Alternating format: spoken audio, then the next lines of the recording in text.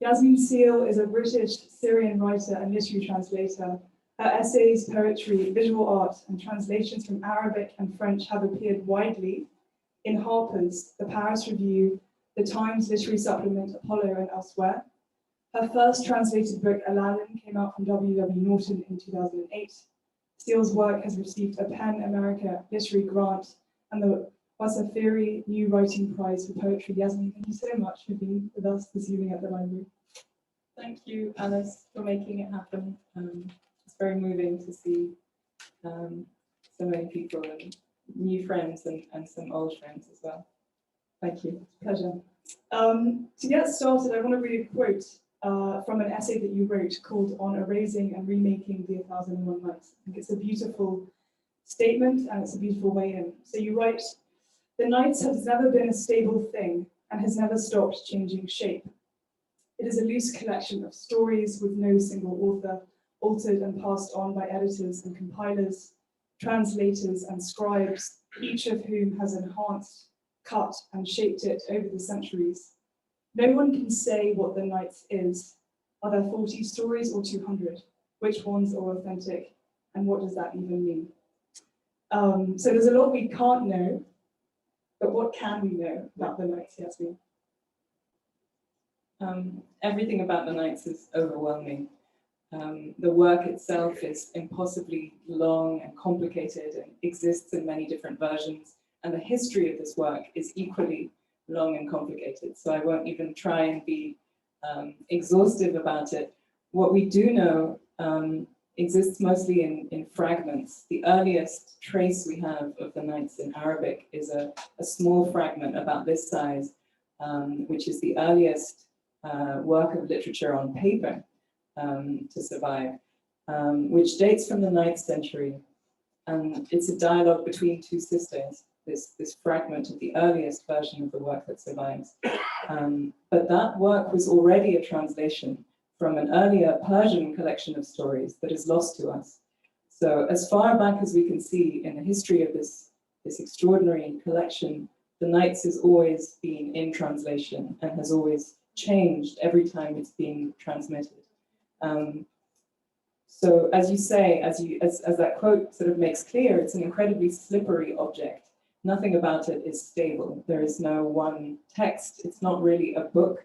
It's sometimes described as a book, but it's more like a collection or a tradition of storytelling that is held together by the famous frame story, the story of Shahrazad. This is really what holds the Nights together. But within that frame, the collection has grown and mushroomed over the centuries and is still, in a way, still changing. Right, so even the title of the work has been unstable. Can you just speak briefly to the iterations of the title? Because I think that's important to know. Yes, the title in Arabic is Alf Layla wa Layla, 1,000 Nights and One Night, which I think is one of the most beautiful titles. And it also contains the history of the work. I mentioned the Persian collection of stories that is older than the Nights. That was called 1,000 Legends. And when it came into Arabic, it became 1,001 Nights, which is wonderfully symmetrical, and it points to the mirroring and the symmetry that we find in the Nights. And it also suggests an infinity of stories. 1,001 suggests not really that exact number, but really a kind of endless profusion of stories. But some people also know it as the Arabian Nights, and this edition is titled the Arabian Nights. That is a title that was given to the work by the earliest English translators in the 18th century. It was known as the Arabian Nights Entertainments, which is a kind of made-up title. I mean, it's like calling them Oriental Tales or something. It was a way of describing these stories as belonging to a kind of distant, strange land. I prefer to call them 1,001 Nights because that is their true title, and also it's so much more beautiful. You mentioned so kind of what we know. You mentioned Shahrazad, and I really do want to hear you kind of read from the work, because Yasmine, as we're kind of going to get onto, translation has been known now for its kind of lyricism and poetry. So I think it's important that we hear it kind of at the outset, so it stays with us throughout our conversation. So we're going to go to your reading of the Frame Tale, or a part of it. Yeah, I thought I would just read very briefly from this famous Frame Tale, which is the story of Shahrazad, who is a young woman who volunteers to marry basically a monster, a king who is on a kind of genocidal, misogynistic rampage against women. And Shahrazad, who is the daughter of the king's vizier or prime minister, volunteers to end this massacre by telling stories. That story is rather famous, but I think what is less known is the description of Shahrazad herself in the story. And I think it's striking the way she's described. So I'll just read you this little section.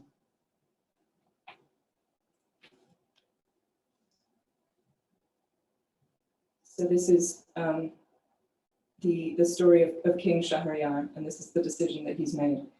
It became his custom every night to take a different wife, spend the night with her and have her murdered in the morning.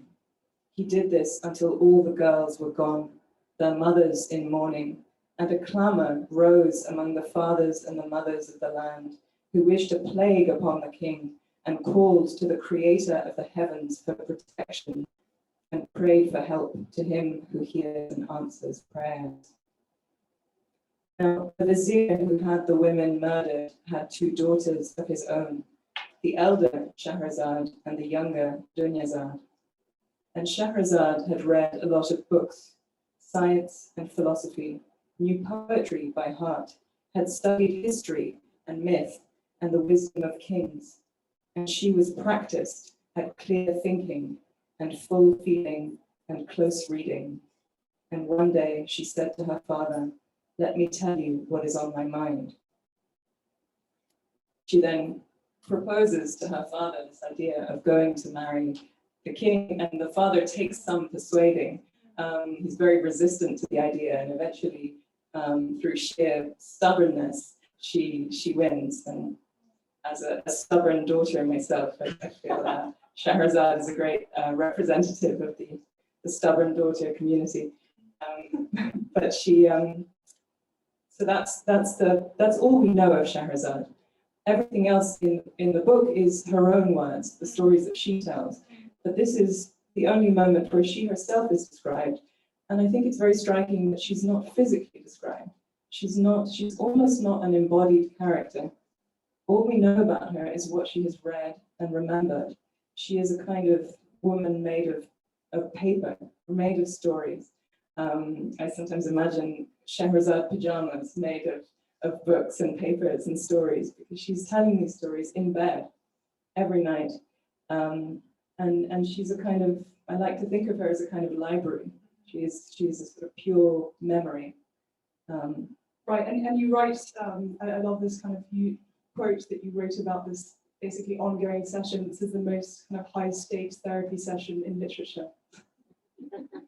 Right, because she's kind of dealing with his anger and his rage. And right, exactly. It's a kind of healing mission. Her project is heroic. She's trying to save the world. Someone described her to me yesterday as a superhero, and I don't always think of her that way, but she is trying to save the world by staying in bed and talking. But it is a kind of healing mission as well. Her gamble is that she will change this man by talking. Do you think she does? Well, the question of how the night ends is a tricky one. There are many different endings, and sometimes it doesn't end. I tend to think that maybe it doesn't end and shouldn't end, that really the nights just go on and on and on. But there are versions where the king is completely changed and reflects on what he's learned, and other versions where Shahrazad reveals that she's produced all these children in the time that that they've been together, and so that's like any good woman. Yeah, she's produced these heirs for the kingdom, and that's why she's then allowed to live, which is such an unsatisfying ending. So yeah, you talked about these kind of many traditions, and it's true that the kind of history of the translation of the Nights is long and kind of a story unto itself. So there's a kind of famous phrase about the translators by Borges, who wrote a short story about it, and he described them as a a hostile dynasty. And you talk about editors and compilers and translators all fighting for kind of the authentic text, the longest text. So how did you kind of insert yourself into this long tradition, all men? Into the hostile dynasty. Into the hostile dynasty. The story of the translations of the Nights is often begins with a man called Antoine Galland, who is the first person to translate into a European language in the early 18th century, not far from here. And his translation becomes the great publishing success of the 18th century. His translation is in turn translated into almost every language. So his text becomes a kind of original itself. And it's really Galland who establishes this text as a global work and gives it the status that it still has today, which it hadn't really had in Arabic literature to that point. Right, because it actually wasn't considered kind of canonical. It was considered. There are many, many great masterpieces of Arabic poetry and prose, but the Nights was not really considered to be among them. And it isn't in a way. It's not very highly wrought as a piece of literature. Its language is rather simple. These were stories for merchants, about merchants, that circulated and that were very popular, but that were not necessarily considered to be high literature.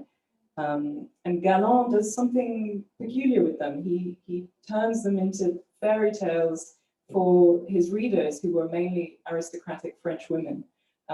So he kind of adapts them to their tastes, so that they might be, so that they might not be out of place in Paris at the court of Louis XIV. And he removes everything that he considers to be in bad taste. So Galland's translation is heavily redacted, and this is true of many of the early translators of the Nights, also in English. They remove a lot of the content, and in some cases they inject the text with their own obsessions and fantasies and prejudices. Yeah, so what are they removing and what are they adding, roughly? Some of them, Edward Lane, who's one of the Victorian translators, removes all of the erotic content, because his readers are Victorian families, and so he will simply remove whole episodes, sometimes whole stories, and he'll write a note saying, I have removed an episode of the most reprehensible sort, or this is a line too coarse for translation. So he gives us these detailed notes about what he's done.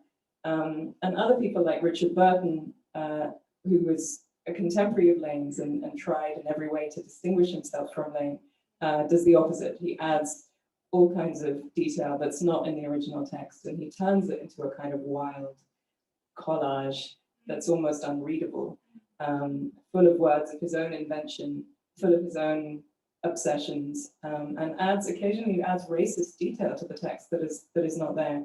So the whole history of the Nights in translation is really one of misrepresentation. And this is true as far back as we go, even in Arabic. It's a work that has survived by being creatively misread and misremembered.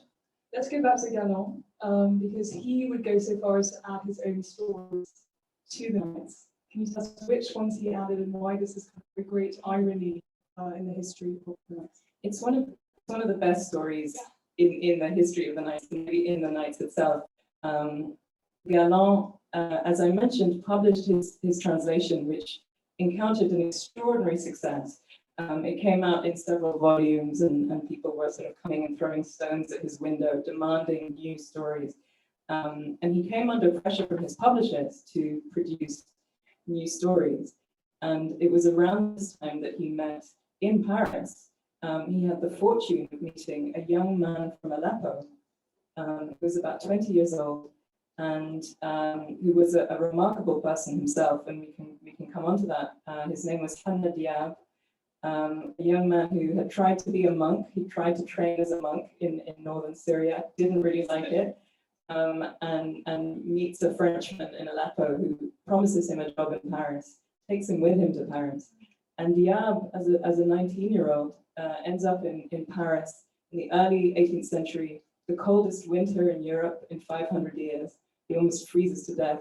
And he covers himself in fat, right? In some kind of he has to be rubbed in eagle fat to keep warm. This is one of the remedies of the time.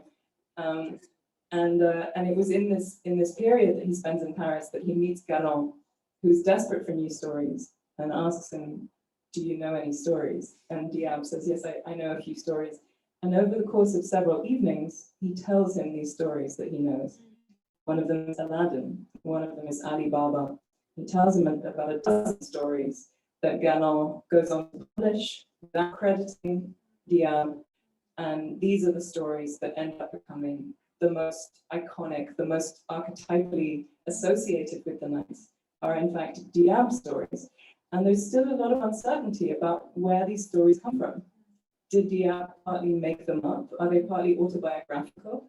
I think there is a case for saying that Aladdin may partly be a kind of autobiographical tale about this young man who encounters a kind of father figure and is betrayed by him. And there's a wonderful palace in Aladdin, which for a long time was thought to be a kind of Orientalist fantasy invented by Galland. But we now think maybe a kind of version of Versailles. This is Diab's kind of description of Versailles, where he was taken. He was introduced to Louis XIV as a sort of Arab curiosity. And we know all of this. I should say we know so much about Diab and his experience because at the end of his life, he published a memoir, which is an extraordinary document, an account of his travels around the Mediterranean and of his time in Paris, which only resurfaced recently and has only been published in English this year as the Book of Travels. So this year is a kind of revolutionary year in our understanding of the Knights, because these stories like Aladdin, like Ali Baba, that for so long were thought to be inauthentic additions to the collection, turn out to have an Arab author who we now know a lot about. Can you just tell us a little bit about the kind of scene in which Diab finds himself in the palace with Paul Lemos, the French man who's brought him to Paris, and they're looking at two kind of large mice, and he's been brought in to. I'm going to let you tell this. It's a fantastic story that Yasmine writes so beautifully about. Well, Diab has been on a journey around the Mediterranean from Aleppo to Paris. On their way, they go through North Africa, and somewhere in Tunisia, they pick up a cage of animals, which are like sort of desert mice with very long ears. And Paul Lucas, the man he's traveling with, is a cowboy, basically archaeologist, sort of a kind of conman, doesn't know any languages, doesn't really know what's going on, needs Diab to explain things to him. Lucas thinks it's a good idea to bring these creatures to the king and to incorporate them into the royal bestiary. And Diab writes about this moment when the three men, Paul Lucas, Hannah Diab, and Louis XIV, are in a room together. And the king says, "What are these animals? What are these mice?" And Lucas doesn't know. He doesn't know what they're called. He doesn't know anything about them. He lies. He lies about where he found them. He says he discovered them. In fact, he bought them from a Frenchman in Tunis. And he has to ask Diab for their name. And Diab says they're called Gerbois, which is their name in Arabic. And the word is written down, and a French translation is found, Gerboise. And this is how the word Gerboise, the name of this creature, enters the French language. It's through this incredible encounter between a young Syrian man and Louis XIV. Right, and we should note that Diab has kind of been dressed up in various kind of assortment of clothes. He's been told to wear his native dress, right, but in fact, he's been made to wear a kind of Egyptian hat. It's not, these are not his actual clothes, but he's been dressed up as a kind of exotic curiosity. And then is paraded around the rest of the evening to different parts of Versailles, so people. He's taken to meet all the princesses. Right. Yeah. Let's talk about another aspect of translation. So we talked about the kind of history. Galland enters, Diab enters, Lucas enters. We can also think about translation as a kind of adaptation. And you've said in kind of other interviews that we would find today that there's this kind of contemporary deference to the completeness or authenticity of the text, and you think maybe that we don't need to be so deferent to this text. Can you speak a little bit about how you took on the work that lacks a stable corpus and basically translated it? Well, I was lucky that I was only given a fixed number of stories to translate for the purposes of this book. So my task was cut out for me. But it's true that for most of the history of the Nights, and really for most of the history of literature, translating meant adapting. When you read translations, until very recently, they are adapted for their audience, they're changed, they become new works of literature. And of course, translation has changed now, it's become more professionalized. When we publish a translation, we are making a claim to transmission. But I think there's something in that early license, that poetic license, that I think is valuable. You describe it as a wild irreverence. Wild irreverence, that is the history of the Nights. It's people playing fast and loose with these stories. I don't think they're meant to be read as scripture. So how have you reconciled, on the one hand, wild irreverence with kind of pressure, I imagine, from the contemporary scene, maybe not, of kind of authenticity and I mean, this is a pretty faithful translation, but I found myself writing back to the stories in other ways in my own writing. It's a text that has always invited a kind of irreverence, I think. How have you done that? I think you're inviting me to describe a project I could maybe show you. I've at the same time as I've been translating these stories, I've also been cutting up one of my predecessors. It's work. In the essay by Borges that you mentioned, where he talks about the hostile dynasty, he says that the secret aim of all of the translators of the Nights has been to annihilate the others. And I found myself entering into that tradition by trying to annihilate. Literally. Well, it's a kind of both a homage and a kind of attempt at destruction. Can I help you? You go.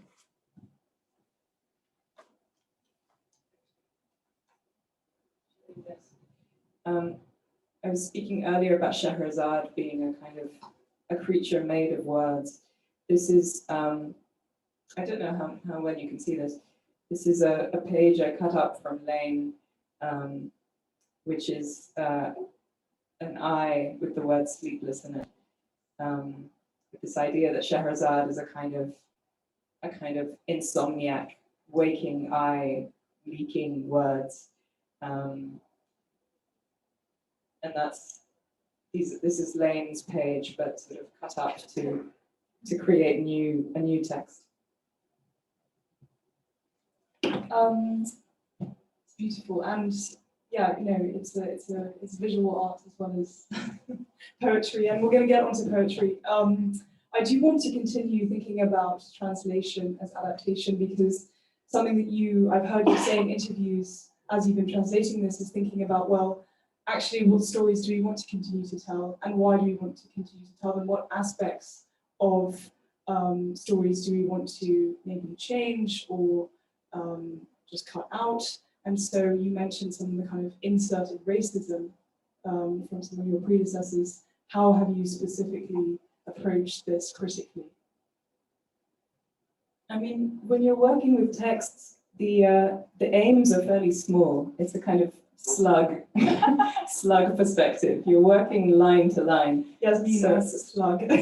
It would be a bit grand to say that I'm trying to correct the centuries of Orientalism and racism, but really what it is you're making choices, you're making decisions, line to line, word to word, and often these are quite subtle. So one thing I tried to think about is just the language, the style. If you read a lot of these 19th century translations, you get a very misrepresented idea of what Arabic is like and what it is like to read Arabic literature. You would think that the language is very flowery, very baroque, very sort of convoluted. In fact, Arabic is incredibly concise, it's very swift, it's very precise, and in that it's a bit like English. It can do some of the things that English does. So I tried to try and produce a text that was sort of simple and swift in that way. And simplicity is the most difficult thing to achieve. But I think that's one of the ways in which this text has been received as being kind of alien and strange and mysterious, when in fact it's rather down to earth. But also there's the challenge of kind of dealing with the refrains and the repetitions and the formula of the text. Can you talk about how you kind of made those more simple or navigated that part? Well, formula is everywhere in the Nights. It's a work that's full of patterns. It's quite a mathematical work, and it's very satisfying when you start to notice the doublings and the triplings. And of course, there is a formula that repeats every night. The work is divided into units, which are nights. It's not broken up into chapters. It's broken up into nights, which are punctuated by sunrise. Each moment, each night is interrupted by daybreak, and there is this formula that recurs each time. So it's a work that is patterned in that beautiful way. So that was one challenge, thinking about how you translate pattern and repetition without treating it as a problem or as boring, but in fact as a kind of almost like a spell. You know, it has this kind of incantatory, almost talismanic quality. When you say the same line again and again, it does something different every time. I just want to read a quick quote before we go on to this idea of translation as form, translation as poetry. You wrote about translation, that a translation is an encounter between two jagged sets of tools, the styles and sensibilities of two writers. It's all beautifully partial. I like translations that make a virtue of particularity, placeness. That's a good day. Yeah, I mean, the jagged sets of tools, you know, it is at its best, translation is an encounter. You have your own style, you know, as a writer, you use language in a particular way. And translation is this kind of beautiful alchemy where your own style meets the style of a text, and the two mingle and they create a new text. There's sometimes a fantasy, I think, among translators that we can write in a kind of neutral style, or that we can be these invisible machines and just become this other text or another writer. Of course, we have our own quirks. What are your quirks? What are your tools what are your jagged set of tools that you're bringing? I mean, a lot of this is semi-conscious. I think a lot of the decisions that get made that I only really realized when I was edited, when this book went through copy editing, and the copy editor tried to make various changes. And I realized, for example, I don't think there's a single sentence that ends on an adverb. She tried to change, I think, deep to deeply, like drank deep. She tried to change it to drank deeply. And I thought, I would never write that. And that it can't have a line that ends on an adverb. And it's a strange thing. There's no rule against that, but it was just, I noticed that I tended to, the line was quite swift. It was quite heavy on monosyllables, and it was trying to do some of what I found in the Arabic. But another point about style was that there's this beautifully particular thing in classical Arabic writing, and you find it a lot in the Nights, which is a register. The Nights is composed of both prose and verse. There are moments of poetry through the text, but there's also something in between, which is a kind of poetic prose, which is known as saj'a in Arabic, which is a register that the text breaks into at moments of emotional climax or moments of description, particularly when describing a beautiful person. The text will often break into this more rhythmic, more poetic style. And many translators of this work have simply not even attempted to translate saj'a because there is no equivalent in English, or it would be too jarring into the English ear to try and write prose that rhymed, for example. But of course, there are all kinds of devices in English for creating moments of rhythm and musicality within a line of prose.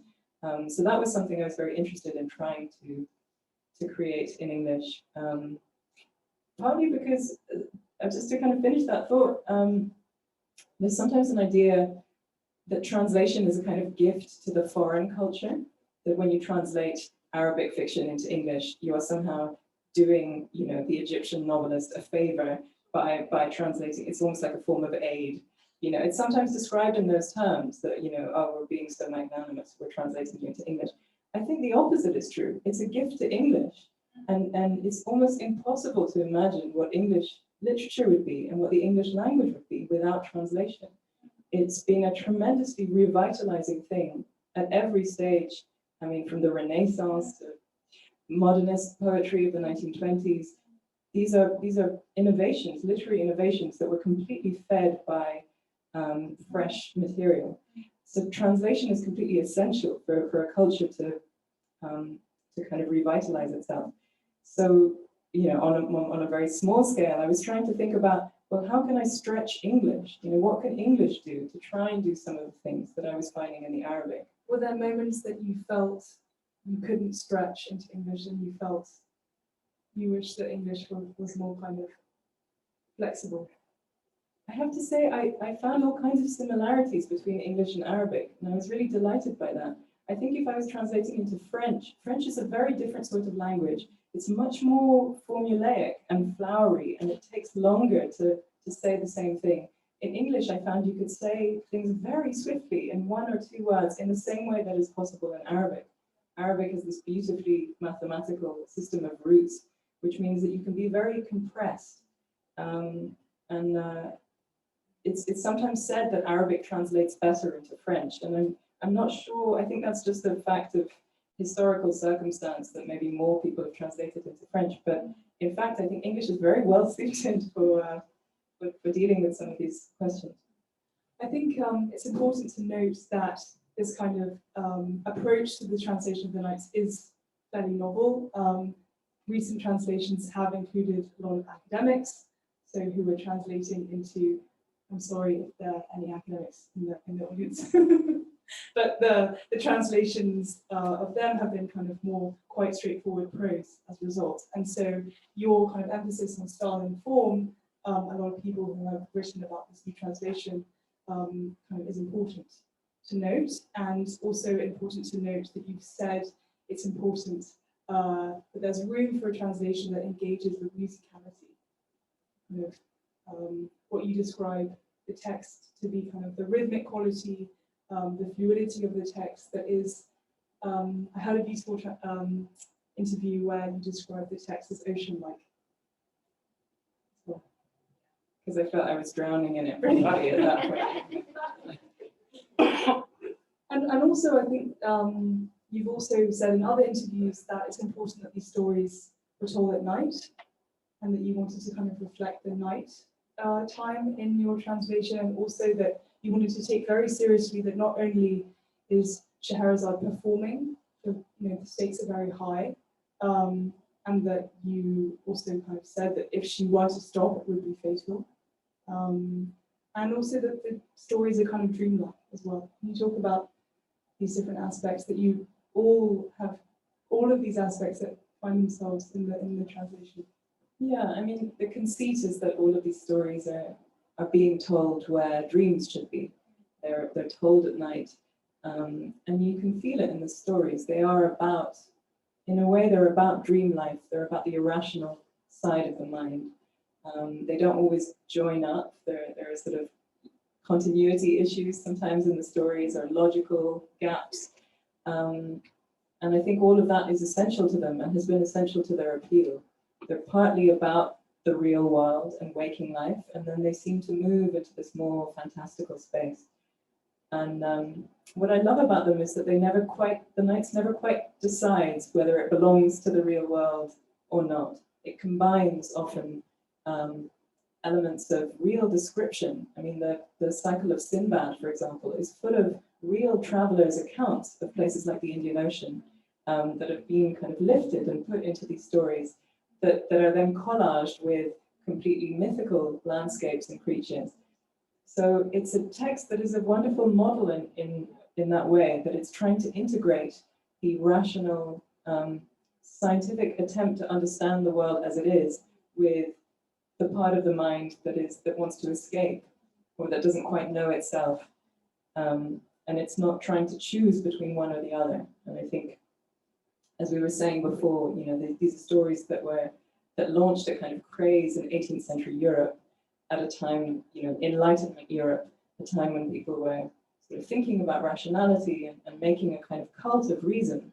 But at the same time, we're becoming obsessed with these stories that are all about darkness and anxiety and madness. Sensuality, yeah. And sort of trying to integrate those two things, or maybe trying to think of them as not being quite so opposed after all. There's a lot of enchantment in this book, but enchantment is not necessarily an escape from reality. It can be a response to reality. It can be a kind of precursor to investigation. Do you not think, though, that there are some moments in the Nights that are more rational, in the sense that there are some stories that have kind of lessons for the reader, or stories within stories, the embedded stories, or some of the kind of borrowed poems? Yeah, the Nights are sometimes described as belonging to the genre of Mirrors for Princes, which are the manuals. It's a genre of literature that are designed to teach a ruler how to behave well, how to rule well. They're designed to teach just rule. And the Nights are a funny example of that genre, because they're told in bed and they're told by a woman that they don't quite fit some of the conventions of that genre, but I think they can be thought of as attempts, as we were saying before, to heal this man and to try and teach him to accept what he cannot control. I think that is one of the great lessons in the Nights. Should we hear Dahlia the Crafty? Yes, I wanted to read a little section from one of my favorite stories, which is not part of the very early set of Arabic stories. It was added slightly later in the Mamluk period. And it's set in Baghdad, and it's about a mother-daughter duo of tricksters. The mother, who's known as Delilah the Crafty, and her daughter Zainab. And these were characters that were well known, not just in the Nights, but in other romances and epics of medieval Arabic. And you'll see why I love them so much.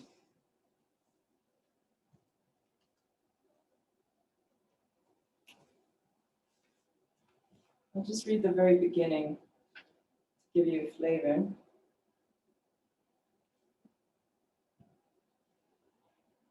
They say that there lived in the time of Harun al-Rashid a man named Ahmad the Plague, and another called Calamity Hassan, masters of guile and ruse with rare deeds to their name, so rare that the caliph rewarded them with robes of honor and made them watchmen of the city, Ahmad of the right side and Hassan of the left.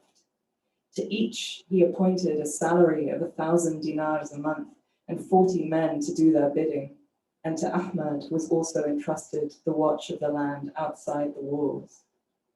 So it was that Ahmad and Hassan, attended by the chief of police, went out into the city, each trailed by 40 men on horseback and led by the crier, who cried, "By the order of the caliph, there is no watchman in Baghdad, but Ahmad the Plague on the right side and Calamity Hassan on the left. They are to be heard and obeyed." Now, there was in the city an old woman called Delilah the Crafty, who had a daughter called Zainab the Sly. When they heard the crier's call, Zainab said to her mother, "Look at that man, Ahmad the Plague. He came here, a fugitive from Cairo, and bamboozled all Baghdad until he won the caliph's confidence. Now there he is, watchman of the right side, while that scrag of a man, Calamity Hassan, is watchman of the left. A table is spread for them noon and night, and each gets 1,000 dinars a month, while we sit in this house unsung, with nothing to our name and no respect." Delilah was a master of ruses and rackets.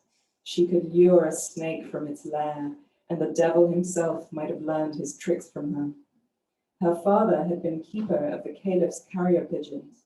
For 1,000 dinars a month, he trained the birds to carry notes and letters, and each was dearer to the caliph than one of his own sons. Now Zainab said, "Go, mother, play some trick that will make our name in Baghdad and win us back our father's wage." Delilah said, "I swear on your life, my girl, to make more mischief in Baghdad than ever made by Ahmed the Plague or Calamity Hassan." Then she rose and threw a veil over her face and wrapped herself in clothes such as poor Sufis wear, a robe that reached her ankles and a gown of white wool with a broad belt. She took a pitcher, filled it to the neck with water, and placed 3 dinars in the mouth, which she stopped with a tuft of palm fibers. Then she slung around her neck a string of beads heavy as a load of firewood, and taking in her hand a flag of red and yellow rags, she went out crying, "Allah, Allah," and her tongue sang God's praises, while her heart ran wild in the circus of vices. We have a round of applause for Yasmine Seale.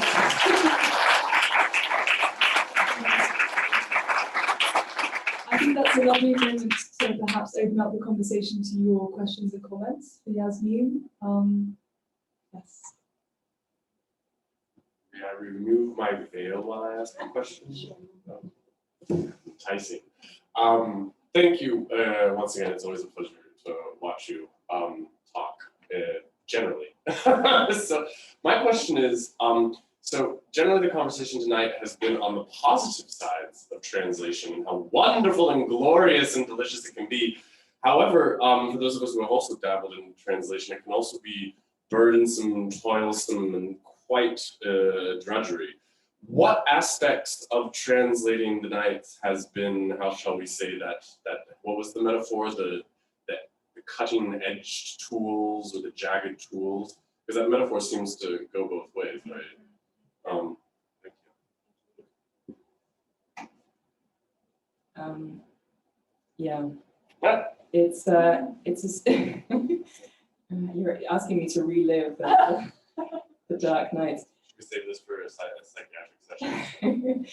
I mean, the Nights is full of repetition, as I was saying, and I was trying to sort of see that in a positive light. But of course, these are stories that have not been copy edited, really. They've been passed on as they are, sometimes with problems, some of which we've had to fix for the purposes of this edition. I mean, the main issue, as I was saying before, they're not very crafted, these stories. You know, you read Arabic poetry and it's just wonderfully, it's like diamond. It's so, each word is doing what it's doing and is in its place, and no word is superfluous. There is a lot that is superfluous in the Nights and that feels like we could just do without. But I think the history of the work invites us to be critical readers of it, and not to simply continue to transmit everything as we find it, but to perhaps improve these stories and sharpen them a bit. Great, thank you. More questions, possibly? Yes, I'm going to refer you to my fantastic colleague, Morgan. Thank you very much to both of you. Actually. I don't know much about this, right? But there must be different versions of even the same story in Arabic. And I was wondering, how do they differ, and then how did you choose which one to translate? For this edition, I mostly worked from one manuscript, which is the oldest manuscript that is more or less complete, which was made in 15th century Syria, which is here in Paris at the Bibliothèque Nationale, and which is the manuscript that Galland used to make his translation. That manuscript ends halfway through one of the great stories, so it's incomplete. But I translated all the stories that are in that manuscript and then added a couple more that appear in later versions. So Delilah is from a later recension.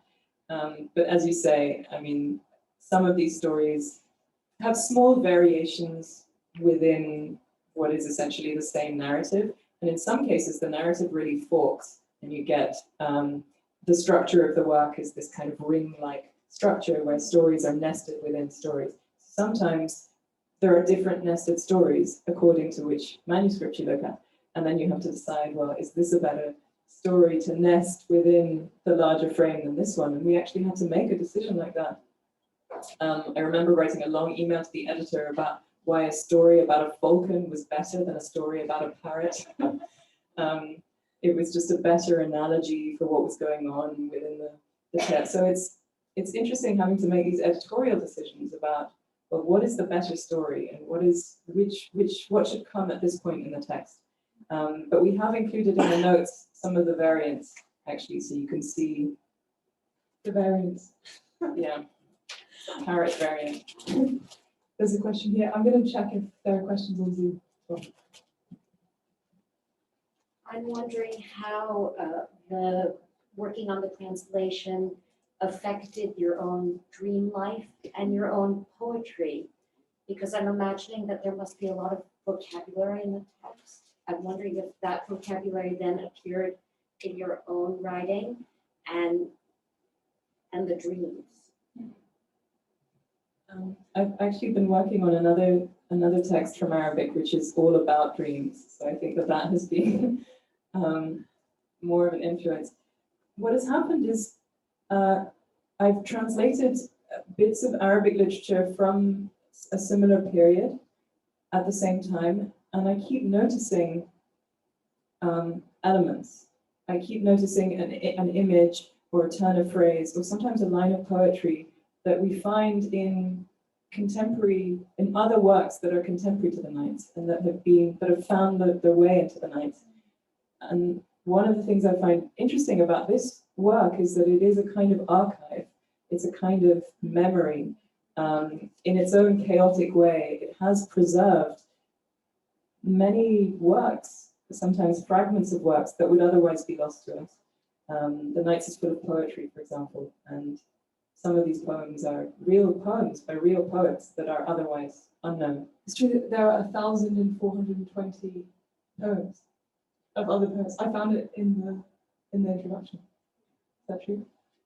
I didn't translate them all in this book, but that was one of the most pleasurable parts of this translation was putting back the verse, which is also something that's sometimes left out by translators. All questions?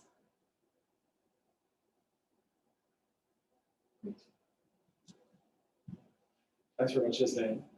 In terms of the way you went about the translation, were you sort of like, I'm going to knock out one story per day for the next 40 days? Or was it kind of like, what was the process? Was it you work a little bit on one and then move to another? Or how did you go about it? And were you writing at night? In the tradition of Shahrazad? I tried to do that. I thought it would be very glamorous if I was able to do it over 1,001 nights. It didn't work at all. I was just telling Alice before, I think I did half of the text over 3 years or something, and then the other half in about 3 months. There was this very accelerated push at the end. I mean, the thing I would say is that the versions in this book represent a kind of compromise between what I would have really liked to do and what I was allowed to do for the purposes of this volume. So I spent a lot of time developing a style which is not exactly reflected in this book, which is more like prose poetry. And that was an interesting process because it came gradually. I began by translating into quite straightforward prose, and then I tried making the lines longer and longer to see how far I could push the full stop. And I was playing with this idea that the finality could be deferred, and you could just have these kind of long paragraphs that lead one into the next.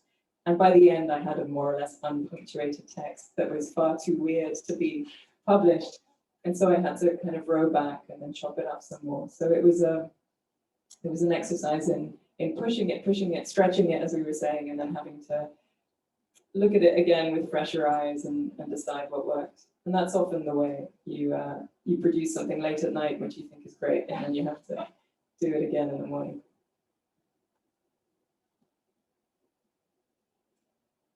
The question at the back, yes. Thank you so much. Fascinating work and talk. You were mentioning that some translators wrote for their audience. So who is your audience? You give someone? That's a really nice question. Thank you. The remit for this book was to try and make it accessible to as many people as possible. But then the question is, well, who is this average reader that American publishers love to talk about, you know, our readers, and they have something very specific in mind when they say that. And usually it means them, it means their own cultural references, what they know. But that was an interesting conversation, you know, things that are obvious to me or that are part of my and my friends, you know, references are just not to them. And why is one more universal or more average than the other? So there are a number of places where, for example, I wanted to leave an Arabic word, like the name of a courtyard or the name of a architectural elements or sometimes food or things that to me should just be part of everyone's kind of cultural baggage, which, you know, in some cases were thought to be, this is a foreign word, this has to be translated, or at the very least it should be in italics. So there's kind of unresolved questions, I would say, about, well, who is this for? And who is the Nights for, really? Because from everything we've said about the history of the text, in a way, it's just as much a work of European literature than it is of Arabic literature. And I find that, you know, a lot of Arab readers have a kind of ambivalent relationship to this text, which is sometimes not even considered really a work of Arabic literature. It's often dismissed or looked down on, but it exerts this kind of fascination, I think, among a lot of Western readers, and its influence on European literature has been enormous. I mean, it's the European novel is completely saturated with the influence of the Nights, which we won't have time to talk about, but which is in the book. So if anyone's interested by that kind of teaser, there's a whole kind of end section where the editor, I imagine you were involved, kind of talks about its long life in European kind of consciousness and actually shows examples of the ways that it emerges in Dickens, in Rossetti, etc. I just want to, since we are approaching the end, ask you a final question, and I have two kind of quotes I'd like to read. So you mentioned, that Galland adds his own tales, and we were talking before, and Edward asked you, I think, or maybe Audrey asked you, what would you add if you could add a tale? We're not supposed to say that in public. I have this fantasy of adding one more story, because everyone who's ever had anything to do with this text has added to it or has changed it in some way. So in a way, if I didn't also do that, I would be breaking with that tradition. But that's still in progress. I'm not sure my publisher is aware of this project. Can you tell us what the tale would be? No. Okay. Is there a character named Yasmine? So this is what has been written about Yasmine Seale's beautiful translation. I'm just going to read kind of three lovely comments. Yasmine Seale's masterful new translation is a balm against the rash of previous efforts to render 1001 Nights as first and foremost a hyper-exotic and salacious land of endless otherness. That's in the forward. Oh no, this is also in the forward. Seale instead opts for linguistic and tonal precision that allows the tales to stand on their own narrative footing. The result is a text in which the creative genius of these stories takes center stage. And this is another, I thought, lovely description of your translation. In this edition, these tales take flight anew in the bold and lyrical translation of Yasmine Seale, which breaks decisively with the masculine dynasty of English translations of the Nights. So if that isn't reason enough for you to go and get a copy, I don't know what is. Yasmine, thank you so much for being here.